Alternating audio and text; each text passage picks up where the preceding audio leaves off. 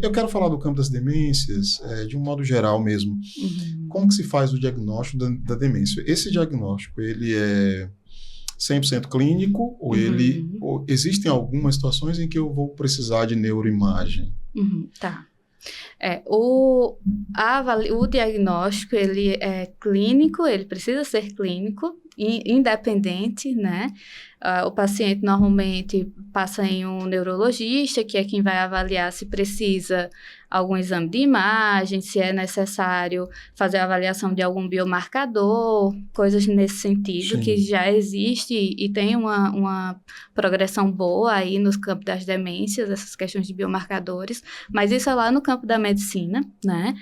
Quando um profissional encaminha para avaliação neuropsicológica, é porque ele está com alguma dúvida ou porque quer avaliar quais são as funções neurocognitivas, comportamentais e emocionais que já estão comprometidas e aquelas que estão preservadas, né?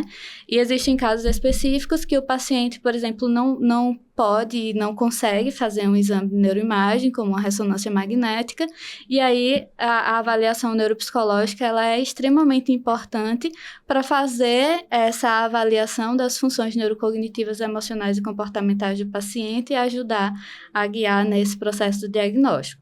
O diagnóstico de uma demência, ele é multi, né? Vem pelos profissionais médicos, junto com a neuropsicologia, a psicologia e outros profissionais, se for necessário, certo? Na avaliação neuropsicológica, que é o meu caso, a gente inicia toda a avaliação neuropsicológica, ela precisa ter como base uma boa avaliação clínica. Então, assim, o paciente vai chegar no consultório muitas vezes com uma queixa de esquecimento, mas eu tenho que entender que tipo de esquecimento é esse, qual a frequência.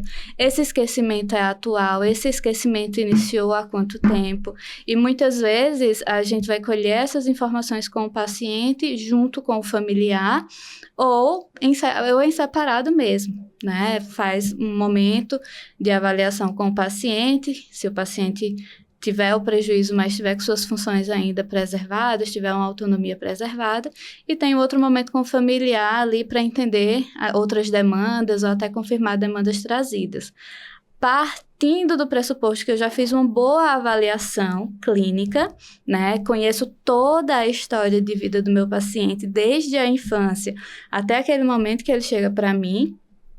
Aí nós vamos para a parte da testagem neuropsicológica, que é a avaliação com os testes, que não é uma avaliação tão simples, porque já na testagem a gente avalia o comportamento do paciente ao longo da testagem. Então, eu não vou lá só aplicar o teste, eu vou aplicar o teste e observar como o meu paciente ele se relaciona ali com aquelas demandas do teste, né? E aí, muitas vezes, surgem outras situações que o paciente vai trazendo durante a testagem neuropsicológica que complementam as informações da anamnese.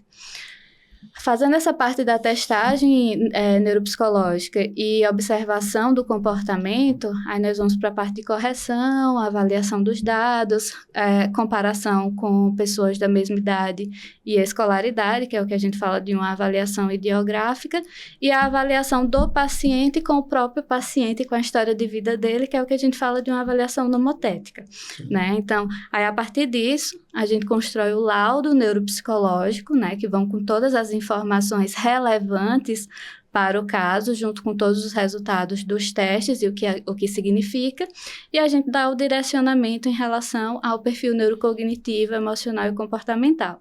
Eu sempre falo para os meus pacientes, Paulo, nem todo paciente que chega no consultório para fazer uma avaliação neuropsicológica vai sair com diagnóstico de demência ou vai sair com algum diagnóstico, mas é obrigatório na avaliação neuropsicológica que ele saia com seu perfil neurocognitivo, emocional e comportamental bem definido.